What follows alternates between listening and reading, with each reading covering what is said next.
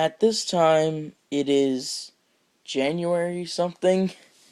It's way past October, November, and December. And I said that I would give a Dots video on Pokemon X and Y a couple of weeks after it came out. Well, apparently not. Well, better late than never. So, when X and Y came out, I ended up buying both games, but I didn't keep one of them. I bought X for myself and Y for my friend since, of course, he didn't have enough money to get at the time because he was building computers for his friends, and he didn't want to spend his money on um, a game because he was saving for the Xbox One, which I think was a bad idea because at the time Xbox One wasn't really doing much. But anyway, as I noticed in the game, most of the Pokemon, there weren't really, like, only 69 Pokemon. That's really sad. I mean, I know there's all the Mega Evolutions and stuff. The Mega Evolutions are great. I know there's all these Mega Evolutions and different form Pokemon. Heck, the Vivillon, I think, has pretty much different patterns depending on where you live. That's crazy, and I like it. But, let's see.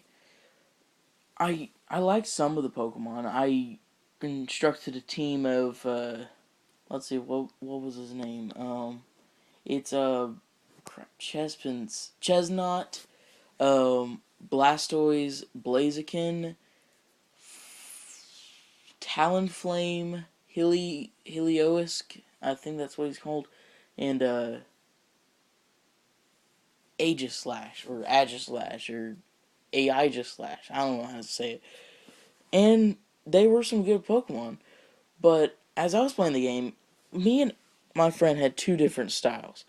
I preferred to play through the whole game like in one sitting because I really like to finish the story and get on with competitive battling and stuff. I'm not really a competitive battler, but at this point in time, if you have to fight Mega Evolutions, if you don't have a Mega Evolution Pokemon, you're pretty much gonna lose.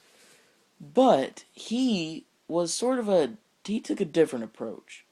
Instead of going after the gym battles and going on with the story or anything, he preferred to do all the fun kinks and stuff. He did Pokemon and Me, he did Pokemon, the super training sometimes, and he focused a lot of his time into Wonder Trade.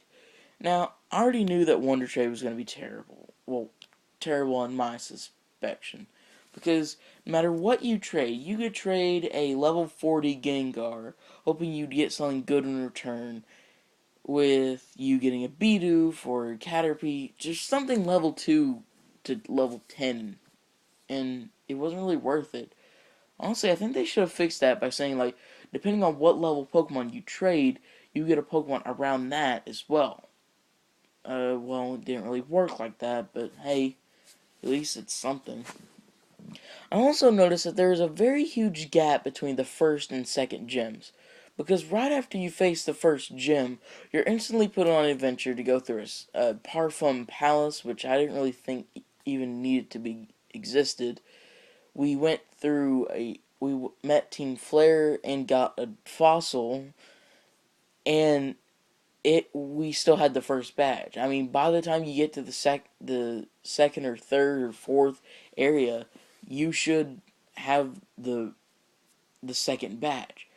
However, as soon as I got the second badge, it was sort of clockwork.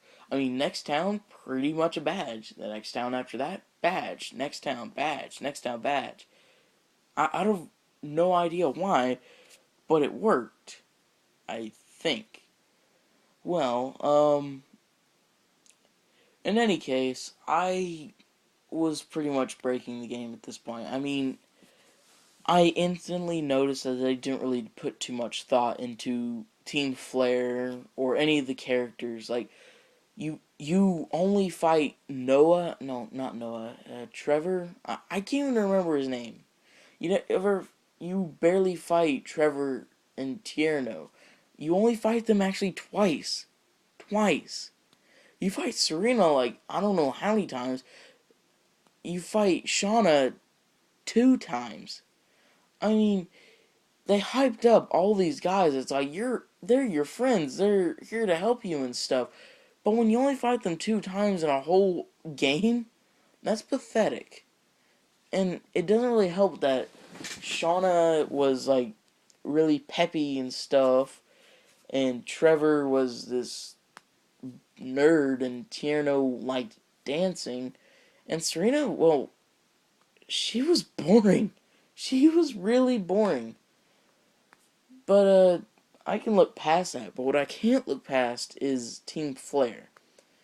I instantly noticed that Team Flare in their whole story arc was pretty much rushed.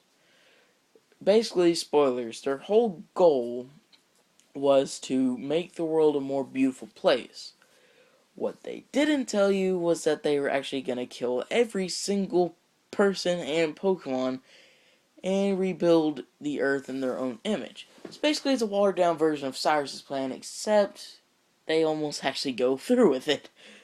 I think I'll just go into the story at this point. Um, Remember, spoilers, Lysandre, I'm gonna call him Lysandre, people call him Lysander or whatever, it sounds stupid, I'm gonna call him Lysandre. Anyway, his goal was pretty much to help the world. He was gonna, like, plant some trees, like, shower less often, which makes him smell. He was gonna do all this stuff to make the world a more beautiful place. You know, keep it from dying and stuff. You know, global warming, George Bush, that kind of stuff. Why did I just say George Bush? Anyway, however, after a while, when he saw how fruitless his efforts were, he pretty much snapped. He got, like, really, really pissed because whatever he did, it wasn't gonna help him in any way. So, since he got pissed, he decided to say, screw it, let's kill the world, let's try it again.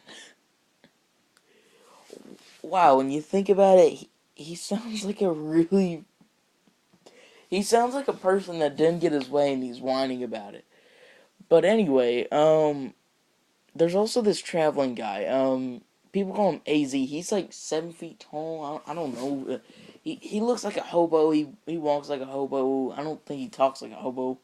But he said he's been wandering this place for 3,000 years, and your character never even questions it. It's okay. Well, apparently, remember, spoilers, this guy is the king that created the ultimate weapon that was about to destroy the world like it did one time, and now he's trying to stop it because his Pokemon left when he realized that he killed all Pokemon just to make his Pokemon who died in a battle, and I don't know, something.